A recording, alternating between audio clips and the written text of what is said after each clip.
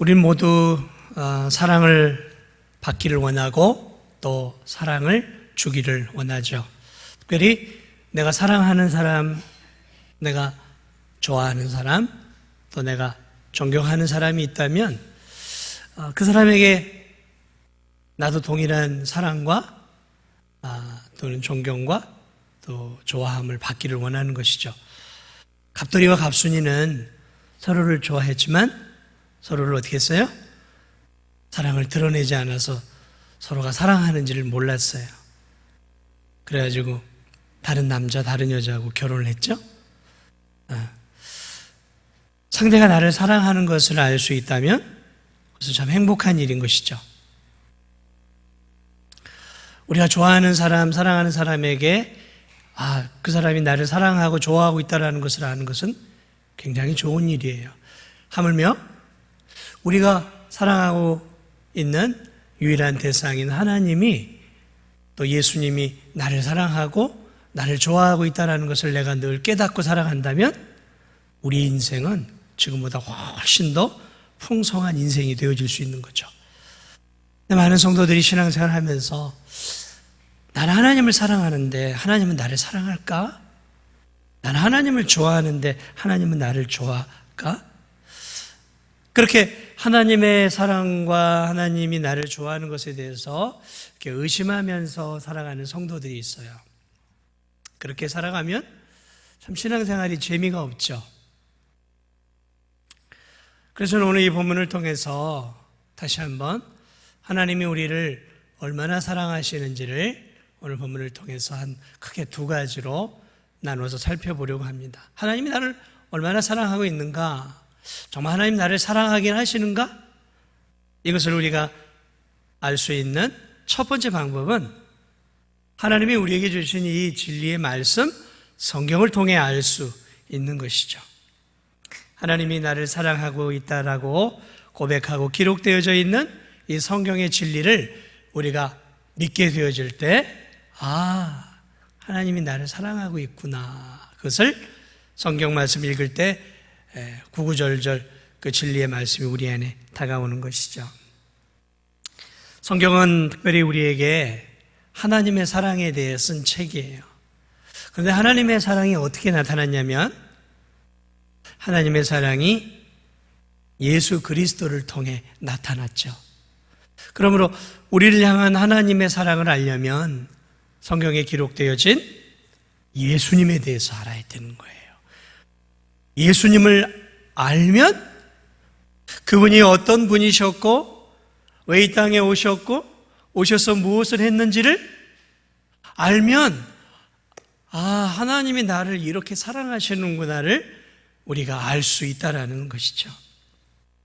그래서 오늘 사도 요한도 16절에 하나님이 우리를 사랑하시는 사랑을 우리가 알고 믿었노니, 요한도 그런 얘기를 한 거예요. 내가 하나님이 나를 얼마나 사랑하시는지를 내가 알고 내가 믿었다라고 말하고 있습니다. 요한은 어떻게 자신을 향한 하나님의 사랑을 알 수 있었을까요? 사도 요한은 14절에서 오늘도 이렇게 얘기합니다. 아버지께서 아들을 세상의 구주로 보내신 것을 우리가 보았고 또 증언하노니, 하나님이 나를 어떻게 사랑하는지를 예수님이 이 땅에 오신 것을 통해 알게 되었다라는 거죠. 사도 요한과 우리의 차이점이 있다면 사도 요한은 하나님이 보내신 예수 그리스도를 직접 3년 동안 보았고 예수님과 교제했고 예수님과 먹고 마시고 잠도 자고 함께 기도도 하고, 또 요한은 예수님이 일으키신 기적도 보고 예수님이 일으키신 그 권능도, 또 병자를 치료하고 귀신을 내어쫓는 하나님의 아들의 그런 능력들을 친히 보았죠. 그러나 우리는 보지 못했어요. 그런데 우리도 여전히 뭘 통해 이 사실을 보고 알게 됩니까? 성경의 말씀들이잖아요. 오늘 기록되어져 있는 이 성경의 말씀들을 통해 우리는 하나님이 얼마나 우리를 사랑하시는지를 누구를 통해 알 수 있다고요? 예수님을 통해서, 예수님을 통해 알 수 있다라는 것이죠. 왜냐하면 하나님의 사랑은 예수님을 통해서 나타났기 때문에 그렇습니다.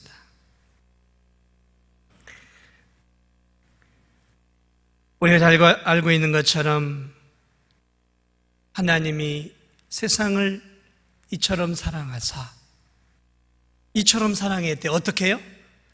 독생자를 주기까지, 독생자를 주셨으니. 그러니까 하나님의 사랑이 우리에게 어떻게 표현되었냐면 독생자를 내어준 사랑으로 표현이 되었다는 거죠. 그래서 이는 저를 믿는 자마다 멸망치 않고 영생을 얻게 하려 하십니다. 하나님이 그 아들을 세상에 보내신 것은 우리를 심판하려 하심이 아니요 그로 말미암아 세상이 구원을 받게 하려 하십니다. 그러니까 이 땅에 오신 예수 그리스도는 하나님의 사랑의 증거다라는 것이죠. 그 예수님이 오셔서 세상을 심판하러 오신 것이 아니라 세상을, 죄인된 우리를 구원하시기 위해 보내셨다라는 것이죠.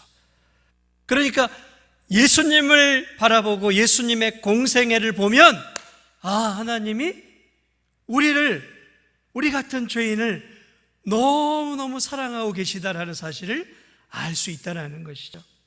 그래서 로마서 5장 8절도 우리가 아직 죄인 되었을 때, 죄인 되었을 때 그리스도께서 우리를 위하여 죽으심으로, 우리가 죄인 되었을 때 그리스도께서 우리를 위하여 죽으심으로 하나님께서 우리에 대한 자기의 사랑을 확증하셨다 그랬어요. 하나님의 우리를 향한 사랑의 확증적인 증거가 뭐냐? 라고 우리가 누가 물어본다면 뭐라고 우리가 말해야 될까요? 예수 그리스도다라는 것이죠. 요한일서 4장 10절도 사랑은 여기 있으니, 우리가 하나님을 사랑한 것이 아니요 하나님이 우리를 사랑하사 우리 죄를 속하기 위하여 화목제물로 그 아들을 보내셨습니다. 사랑이 여기 있대요. 어디에 하나님의 사랑이 있어요? 어디에요? 어디에? 하나님이 우리를 사랑하사 우리 죄를 위하여 화목제물로 그 아들을 보내신 성육신의 사건, 예수 그리스도가 이 땅에 동정녀 마리아를 통해 육신을 입고 오셨던 그 사건, 예수님이 우리의 죄를 짊어지고 십자가에 죽은 그 사건, 예수님이 죽음을 이기고 부활하신 그 사건, 그 모든 사건이 우리를 향한 하나님의 지고지순한 사랑의 확증이다라는 것이죠. 여러분은 이 사실을 믿으십니까? 그러니까 우리는 어디 가서 정말 하나님이 나를 사랑하시는가를 찾으려고 하면 안 돼요. 하나님의 사랑에 대해서 우리가 무슨 내가 하나님 사랑을 깨닫게 환상을 좀 보여주시옵소서. 그리고 주님의 얼굴을 보고 주님이 모세에게 얘기했던 것처럼 아들아 딸아 내가 너를 사랑하고 있단다, 이런 음성을, 이런 하나님의 그런 얼굴을 보여주시옵소서, 이렇게 할 필요가 있을까요? 없을까요? 있어요? 그럴 필요가 없다라는 거예요. 하나님의 사랑이 역사 가운데 드러났고 그 하나님의 사랑이 예수 그리스도를 통해 구구절절 성경을 통해 기록되어 있단 말이죠. 비록 우리는 요한처럼 이 땅에서 예수님을 직접 눈으로 뵙지는 못하고 예수님의 음성을 귀로는 직접 듣지는 못하고 예수님의 기적을 직접 보지는 못했지만 우리는 이 성경 66권을 통해 하나님의 사랑과 예수님의 큰 사랑을 우리 눈으로 보고, 믿음의 눈으로 보고 믿음의 귀로 듣고 또 믿음으로 이 사실을 우리의 것으로 받을 수 있다는 것이죠. 그러므로 하나님이 우리를 얼마나 사랑하고 있는가를 알 수 있는 가장 큰 첫 번째 진리는 성경의 진리의 말씀들을 통해서다라는 사실을 우리가 기억해야 하는 것입니다. 여러분, 꿈이나 환상 좋죠? 그렇게만 볼 수 있으면 얼마나 좋겠어요. 탁 자고 있거나 아니면 이렇게 앉아 있는데 하나님의 그 환상이 보여지고 구약에서처럼 하나님이 내게 나타나서 이렇게 음성을 들려주신다면야 얼마나 좋겠어요. 그러나 우리는 구약시대에 살고 있지 않아요. 성경이 이렇게 우리에게 손에 쥐어지는 그 시대가 아니었던 때에는 하나님이 꿈을 통해, 환상을 통해, 때로는 음성을 통해, 때로는 선지자들을 사용하셔서 우리에게 하나님을 보게 해주셨죠. 그러나 이제 지금은 그런 게 별로 필요가 없어요. 왜요? 꿈과 환상과 계시, 모든 하나님이 우리를 향한 하나님의 사랑이 이전에 이 성경 66권 창세기로부터 요한계시록에 이르기까지 구절구절마다 하나님이 우리를 사랑하고 있다는 그러한 역사적 내용들이 기록되어 있고, 그 사실을 우리가 믿고 그것을 믿음으로 받아들일 때 우리 안에 무엇이 생겨요? 하나님이 나를 정말로 사랑하시는구나. 믿음의 눈으로 받을 때 우리는 하나님이 우리를 얼마나 사랑하시는지를 성경을 통해 알게 되는 것이죠. 그러므로 우리가 기도해야 될 첫 번째 제목이 있다면 늘 이 하나님 말씀이 성의글처럼 내게 달게 다가올 수 있도록 기도해야 되는 거예요. 하나님, 이 말씀을 읽을 때마다, 하나님 이 말씀을 들을 때마다 그 말씀이 진리로 사실로 언제나 제 마음속에 들어올 수 있는 은혜를 주시옵소서.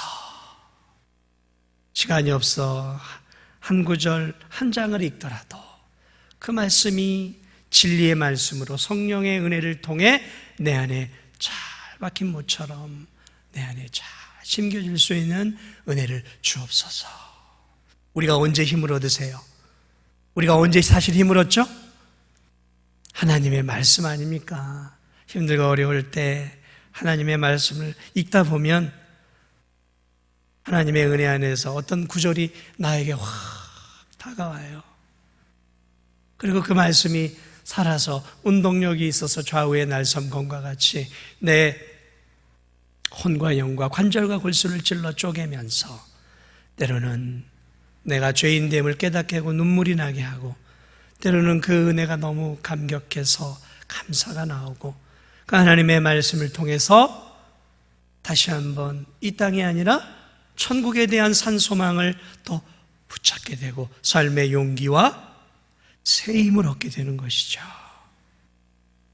그러므로 사랑하는 여러분, 하나님의 진리의 말씀, 특별히 하나님이 예수 그리스도를 통해 나를 얼마나 사랑하시는지를 하나님 말씀을 통해 다 깨달을 수 있는 은혜를 달라고 기도하시고, 시시때때로 하나님 말씀을 읽고 그 말씀 안에서 감격하고 감사하고 또 충만한 은혜를 누리며 살 수 있는 우리 성도들이 다 되시기 바랍니다. 막 이상한 기도원 같은 데 가지 마세요. 하나님 사랑 경험하려고 진리의 말씀을 파고 들어가세요. 말씀 안에 우리를 향한 하나님의 사랑의 보물들이 가득 담겨 있어요. 가득 담겨 있단 말이죠. 그런데 우리가 어디를 가겠어요? 자꾸 이상한 데에 가지 마시란 말이죠. 이상한 데 기웃거리지 마세요. 자, 더 중요한 게 있어요. 우리가 예수 그리스도를 믿었어요. 성경을 통해서 하나님이 우리를 사랑하심을 느끼며 살아가요. 그런데 살다 보면 그것만으로는 하나님이 나를 사랑하고 있다는 게 믿op지 않을 때가 있어요. 다시 말하면 정말 삶이 고달프단 말이죠. 힘들잖아요. 안 힘드세요? 힘들죠? 때로는 눈물이 나요. 때로는 죽고 싶은 마음도 생겨요. 때로는 빨리 천국 가고 싶을 때가 있어요. 성경을 보니까 위대한 하나님의 은혜 안에서 승천을 했던 엘리야조차도 한때는 로뎀나무 아래서 주님, 나 좀 빨리 데려가 주세요. 나 이제 그만 살고 싶어요. 이런 때가 있었단 말이죠. 성경의 위대한 하나님의 사람들이 언제나 하나님의 사랑을 충만하게 느끼며 살았던 것은 아니에요. 그들도 고난과 시련과 또 삶의 역경 속에서 부대끼는 삶을 살았어요. 그렇기 때문에 우리가 하나님의 사랑을 말씀만을 통해서 거기에나 우리의 삶이 너무 복잡하고 어려워요. 그리고 우리가 하나님을 아는 이런 알아가는 지식이 부족하기 때문에 성경을 통해서 충분하지만 우리는 성경만으로는 잘 하나님의 사랑을 잘 못 느낄 때가 많이 있어요. 그러면 우리는 어디서 사랑을 또 하나님의 사랑을 느낄 수 있을까? 내가 하나님의 사랑받는 자녀이다라는 것을 우리가 삶을 통해 느낄 수가 있어야 되는 것이죠.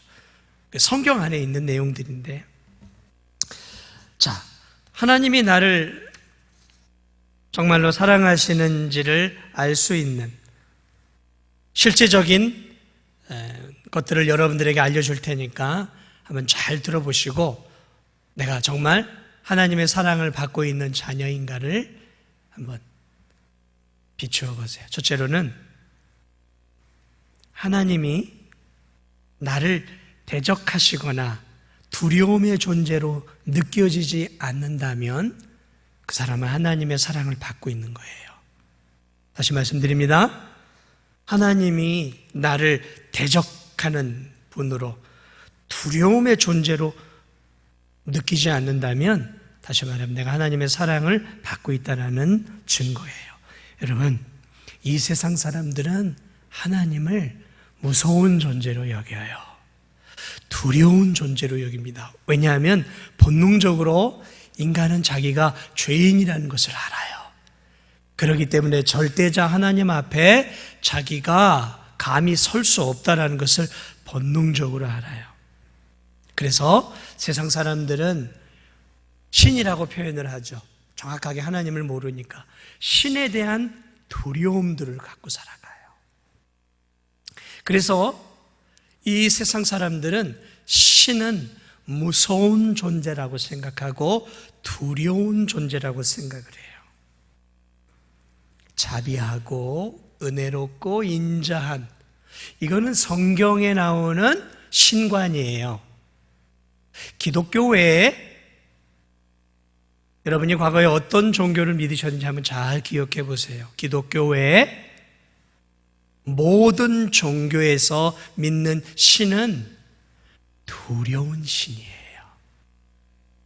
은혜롭고 자비로운 신이 아니라는 거예요. 무속인들에게 있어서도 신은 대단히 무서운 존재예요. 거친 존재고 또 변덕스러운 존재예요. 그래서 그들은 신을 달래기 위해서 제사를 드리는 거예요. 신을 달래고 두렵고 무서운 그 신을 얼르기 위해서 제사도 드리며 이렇게 하는 거죠. 그들에게 있어서 무속인들이나 세상의 종교를 갖고 있는 사람들에게 있어서 신은 따뜻하고 인격적이고 포용적이고 은혜로우시고 긍휼이 풍성하고 자비가 많은 신이 절대 아니라는 거죠.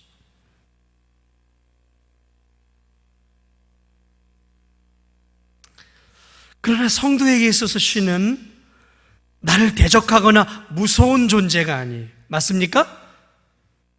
여러분, 하나님이 무섭습니까? 무서우세요? 안 무서우세요?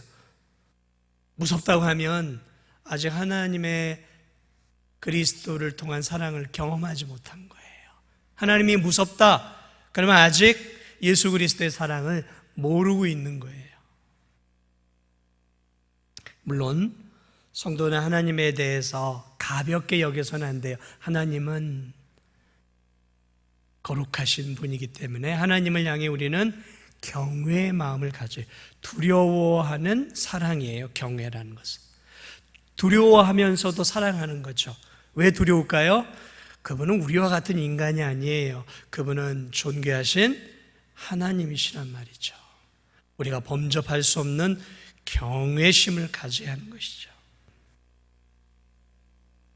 경외심은 있지만 성도는 하나님에 대해서 막연한 두려움이나 하나님이 나를 대적하고 나를 죽이려 하고 나를 지옥으로 끌어가려고 하는 그러한 이제 무서운 하나님은 아니다라는 것이죠.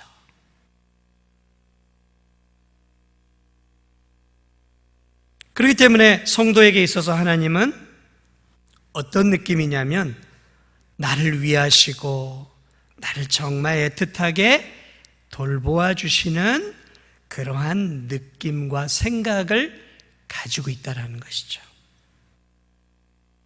하나님에 대해서 어떤 느낌이요? 하나님에 대해서 따뜻한 느낌을 가져요.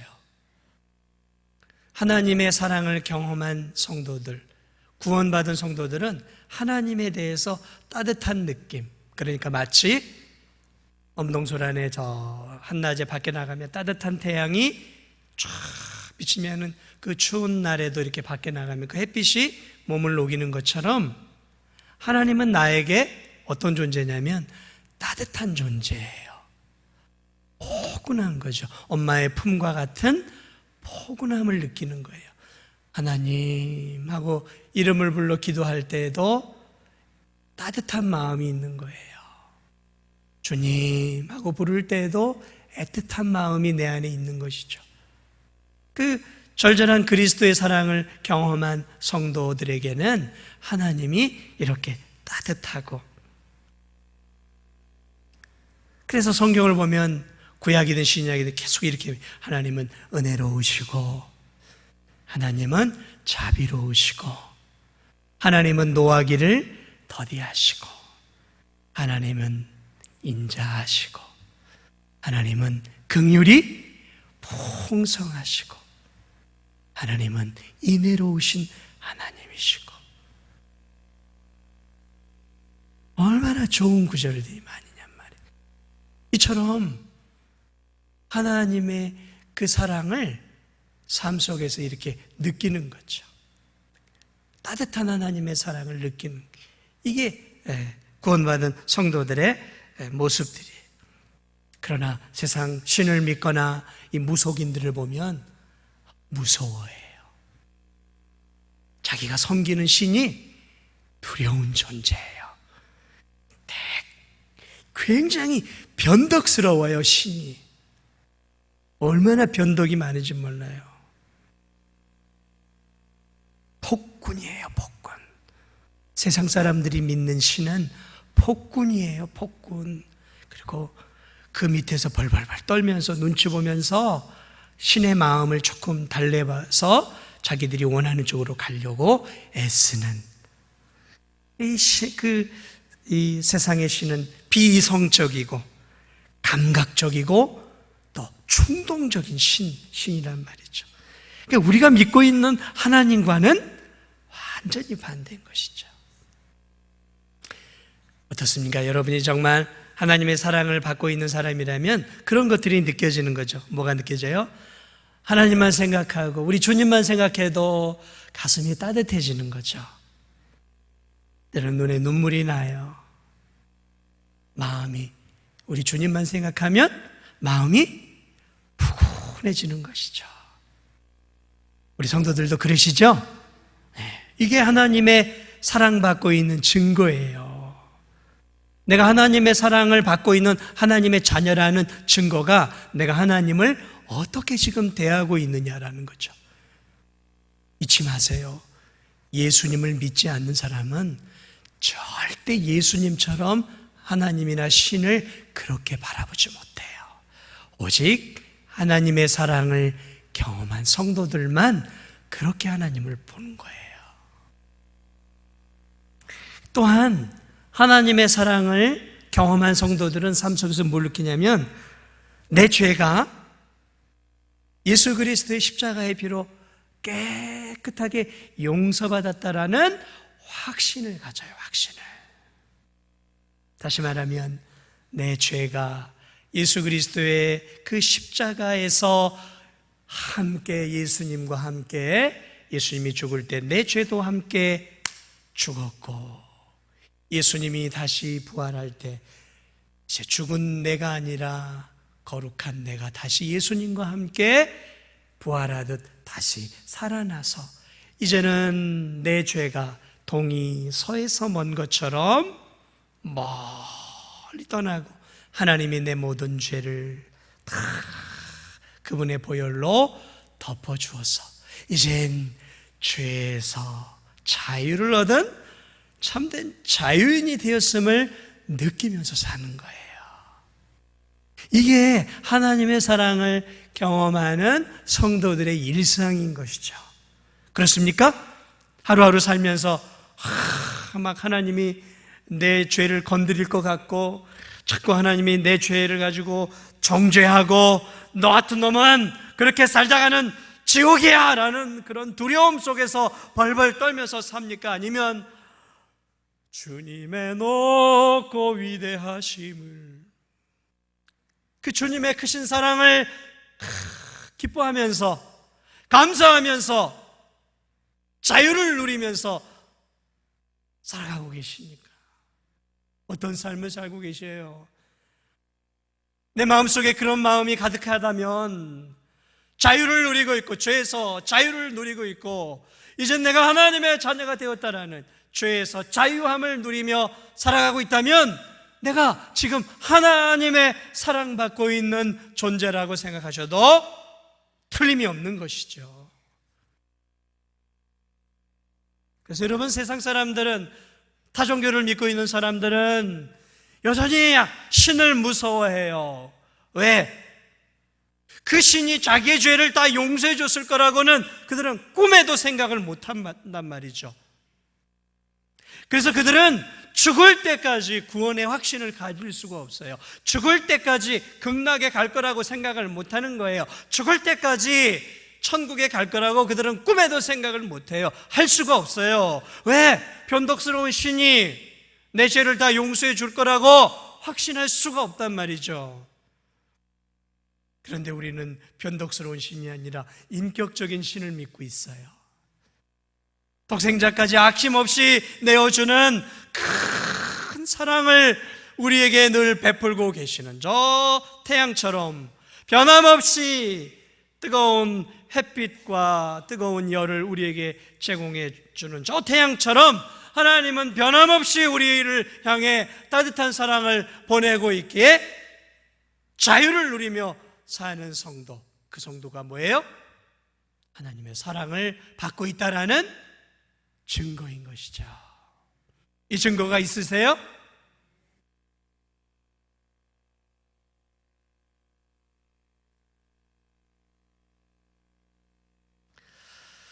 그렇기 때문에 그러한 성도의 또 하나의 특징이 무엇이냐면 늘 감사하고 늘 찬양하는 삶이에요. 당연한 거 아니겠습니까? 그렇죠? 주님의 은혜로 내가 자유함을 누리고 하나님의 자녀가 되었다라는 확신을 가지고 살아가고 그 하나님의 은혜가 저 햇빛처럼 매일매일 내 삶 가운데 함께해 주시기에 그러한 성도들의 입에서의 고백은 무슨 고백이 나올까요? 하나님 감사합니다. 하나님의 은혜입니다. 우리 교회 어느 권사님과 잠시 이렇게 식사하며 대화를 나눴는데 어려운 인생을 살아오셨어요. 눈물이 펑펑 쏟아지는 인생을 살아오셨단 말이죠. 그런데 그 권사님이 무슨 고백을 하시면 돌아보고 생각해보고 그 과거와 지금의 삶을 생각해보니 감사할 것밖에 없다라는 것이죠. 감사할 것밖에 없다라는 것이죠. 하나님을 찬양할 것밖에 없다라는 것이죠. 여러분, 이게 하나님의 사랑을 받고 있는 성도의 특징인 것이죠.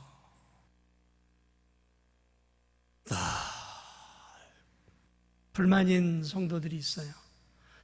이래서 불만, 저래서 불만. 입이 미운 오리새끼처럼 이렇게 뿡 와가지고 그냥 맨날 이게 뭐야, 내 삶은 이게 뭐야, 난 힘들어 죽겠어. 하나님은 나 다른 사람만 사랑하고 내 삶이 이게 뭐야. 미운 오리새끼 입이 푹 나와가지고 불평하고 불만하고. 여러분, 그런 성도 곁에 가고 싶으세요? 그런 성도 곁에는 저도 싫어요. 왜냐하면 불만이 전염될까봐, 불평이 전염될까봐, 내가 받은 은혜를 다 쏟아버릴까봐 막 싫어요. 불평, 불만을 갖고 있는 성도들은 저한테 오지 마세요. 사절입니다.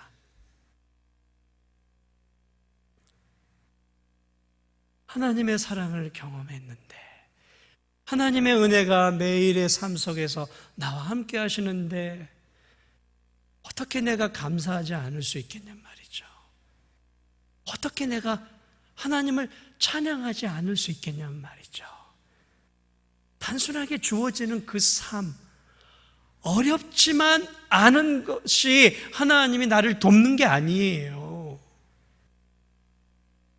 어렵지만, 눈물 나지만 그 삶 속에서 나를 돌보시는 하나님, 지금은 이해가 안 됐지만 몇 년 지나고 몇십 년이 지나 되돌아볼 때, 그때 하나님이 나를 다듬고 계셨구나. 하나님이 나를 더 성숙한 신앙으로 만들고 계셨구나. 그때 내가 몰랐지만 하나님은 이렇게 우리 가족을 돌보고 계셨구나.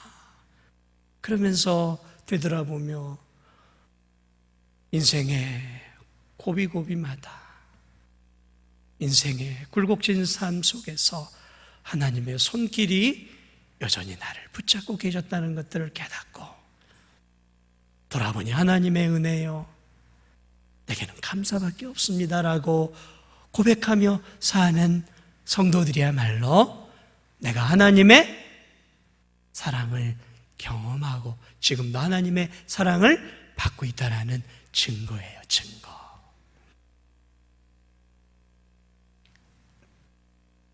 또 하나가 있어요. 하나님의 사랑을 받고 있는 성도는, 제가 지난주에도 설교했지만 죄를 미워하는 성도들이에요. 죄악된 삶을 혐오하는 삶이에요. 혐오하는 삶. 저도 중고등학교 때는요, 욕개나 했어요. 친구들이 다 욕을 하거든요. 그러니까 욕을 해야 친구들 사이에서 껴서 이렇게 대화도 되고, 절반이 욕해야 돼요. 절반이 비속어해야 돼요. 이게 재밌어요. 교회를 다니면서도 친구들하고 그런 아주 심한 욕은 하지 않았지만 그런 비속어도 많이 사용. 그게 재밌었어요. 재밌었어요. 막 얘기하고 서로 웃고 깔깔거리고. 지금은요, 누가 쌍스러운 말 한마디만 해도 가슴이 아프고 듣고 싶지가 않아요. 마음이 울렁거려요. 수만 있으면 제 입에서 농담이라도 하나님이 기뻐하는 말을 꺼내고 싶지 않아요. 왜 그럴까요? 우리 주님이 기뻐하지 않기 때문에 그래요. 우리 주님이 나를 위해, 내 죄를 용서해 주시기 위해 십자가를 지셨는데, 내 죄악된 삶을 위해 십자가를 지셨는데, 내가 이 세상에서 세상 사람처럼 똑같이 험한 말, 그러한 말, 거짓말, 험담, 비방하는 말, 또는 이 말로 불평, 불만, 근심, 염려, 걱정, 하나님이 기뻐하지 않은 말들을, 하나님이 기뻐하지 않는 삶을 사는 것이 내가 사랑하는 주님이 그렇게 싫어하는 삶인데 내가 어떻게 그걸 내 이익을 위해서 따라갈 수 있겠냔 말이죠. 나를 사랑하고 내가 사랑하는 주님이 죄악된 삶을 그렇게 혐오하고 내 죄악된 삶을 깨끗하게 하기 위해서 십자가를 지셨는데, 구원받은 내가 어떻게 죄악된 삶을 달콤하게 여기고 그 삶의 희열을 느끼고 세상 사람들이 살아가는 그 죄악된 삶을 쫓아가려고 할 수 있겠냔 말이죠.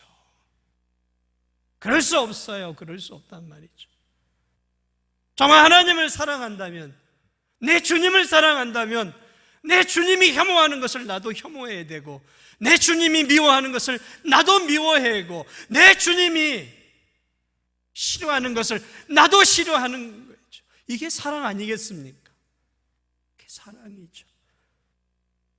사랑은요, 내가 사랑하는 사람이 원하는 걸 해주고 싶어 하는 게 사랑인 거예요.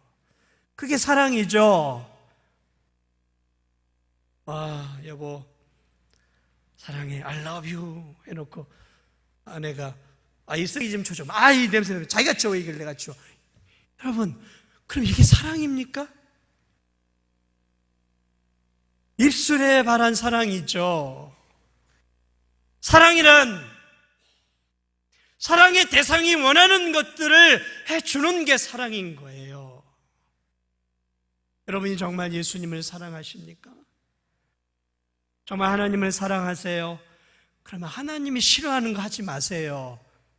하나님이 하지 말라고 하는 것 하지 말고, 하나님이 하라고 하는 것은 힘을 다해 하세요. 그게 사랑이에요. 적당히 하나님이 하지 말라고 해도 이게 내 유익이 되고 내 감각에 기쁨을 주니까 적당히 하면 그 사랑 아니에요. 하나님이 해라 하는데 시간도 없고 귀찮고 하지 않는 나중에 그 사랑 아니에요. 우린 자꾸 입술로만 사랑한다라고 할 때가 너무 많아요. 사랑은 행동이에요. 관념이 아니라고요. 생각이 아니에요. 입술이 아니에요. 행함이에요. 행함. 죄악을 멀리하는 삶. 세상 사람들이 즐기는 달콤한 죄악의 삶을 끊어내는 것이 그게 사랑이라고요. 세상 사람들이 즐기는 것 여전히 즐기면서 나는 예수님 사랑해 하고 찬양하면 위선자죠. 당연히 그러니까 하나님이 미워하는 것들을 미워하면 한다면 하나님이 원하시는 것들을 행하는 삶이 사랑인 것이죠. 하나님이 원하는 삶, 영혼을 건지는 삶, 하나님이 기뻐하는 삶이죠. 믿지 않는 내 이웃들에게 복음을 증거하는 삶, 저 해외에 선교하는 삶, 나라와 민족을 위해 이 어지러운 한국교회를, 하나님의 나라 의를 위해 기도하는 삶, 내 이웃을 내 몸처럼 사랑하고 사랑하는 믿음의 교우들을 돌아보고 관심을 기울이고 찾아가 보고 콩 한 조각이라도 우리 성도들과 함께 나눠 먹고, 힘들고 어렵고 살아가는 성도들은 없는지 구역에서 우리 성도들 전도해서 돌아보면서 어려운 성도들 십시일반으로 마음을 기울이고 관심을 기울여주는 사랑의 삶, 독생자까지 아낌없이 주셨던 예수 그리스도 하나님 아버지의 그 사랑을 닮아 나도 이 땅에서 예수님의 사랑, 하나님의 사랑을 10,000,000분의 1이라도 나도 닮아가기 위해서 사랑의 삶을 살기 위해 애쓰고 하나님을 위해 예배드리고 하나님의 이 진리의 말씀을 귀하게 여기고 암송하고 읽고 듣고 사랑하고, 이게 내가 하나님의 사랑을 받고 있는 증거라는 거예요. 이러한 증거들이 우리 안에 많이 있어야 되는 것이죠. 하나님 날 사랑하는 증거를 보여주세요. 이게 증거라고요. 하나님이 우리를 사랑하시는 증거라고요. 내가 어떻게 해요? 내가 하나님을 사랑하는 삶을 살아내고 있다면 그게 내가 하나님 나를 사랑하는 증거라니까요. 내가 죄악된 삶을 멀리하고 있다면 내가 하나님이 나를 사랑하는 증거라고요. 이것이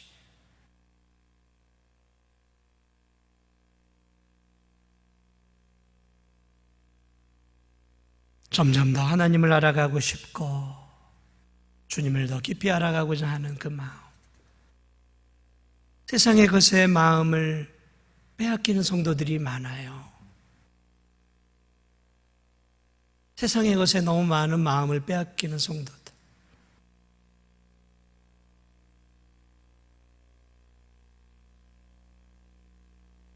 가만히 생각해 보세요. 사랑하는 대상이 있으면 그 사람은 그 사랑하는 대상을 언제나 기억하며 살아요. 그렇지 않습니까? 내가 하루를 살아가면서 내 마음이 사모하고 내 생각이 가장 많이 기울이는 사람이 또는 일이 무엇입니까? 정말 하나님이시고 예수 그리스도입니까? 아니면 겨우 교회에 와야만 하나님을 생각하고 예수님의 사랑을 생각합니까? 언제나 서나 그 주님의 은혜, 주님의 사랑을 묵상하고 살아가는 삶 속에서 하나님의 은혜에 감사하고 하나님의 은혜를 찬양하면서 나도 하나님처럼 하나님을 닮아가는 삶을 살아야지, 그렇게 마음을 먹고 이 어지러운 나라와 민족을 위해 기도하고 우리 교회를 사랑하고 몸된 교회를 섬기면서 주님, 남은 생에 정말 하나님의 영광을 드러내고 하나님의 나라를 위해서 저를 사용해 주옵소서, 그렇게 고백하면서 하루하루를 살아가는 성도들이 있다면 그러한 성도야말로 얼마나 하나님의 큰 사랑을 지금 경험하고 살아가고 있는 성도인지 모른다라는 것이죠. 오늘 이 본문은 우리에게 그래서 두 가지를 크게 가르쳐주고 있습니다. 하나님이 정말 나를 사랑할까? 사랑하고 말고요, 성경에 기록되어 있습니다. 예수 그리스도를 통해 2000년 전에도 사랑하셨고 지금도 예수 그리스도 안에서 하나님은 우리를 여전히 사랑하고 있음을 믿으시기 바랍니다. 그리고 나의 삶을 통해 하나님이 나를 사랑하고 있는 오늘 몇 가지 증거들을 함께 나누었는데, 그러한 증거들이 있을 때마다 우리가 내가 하나님이 나를 사랑하고 계시는구나 라는 것들을 늘 기억하면서 남은 생에도 하나님이 우리를 사랑하신 것 그만큼은 아니더라도 우리도 그 하나님의 사랑, 예수님의 사랑에 감격하며 하나님의 그 사랑에 보답하면서 하나님 사랑, 이웃 사랑, 그리고 복음 증거하며 살아가는 우리 성도들이 다 되시기를 주님의 이름으로 축복을 드립니다.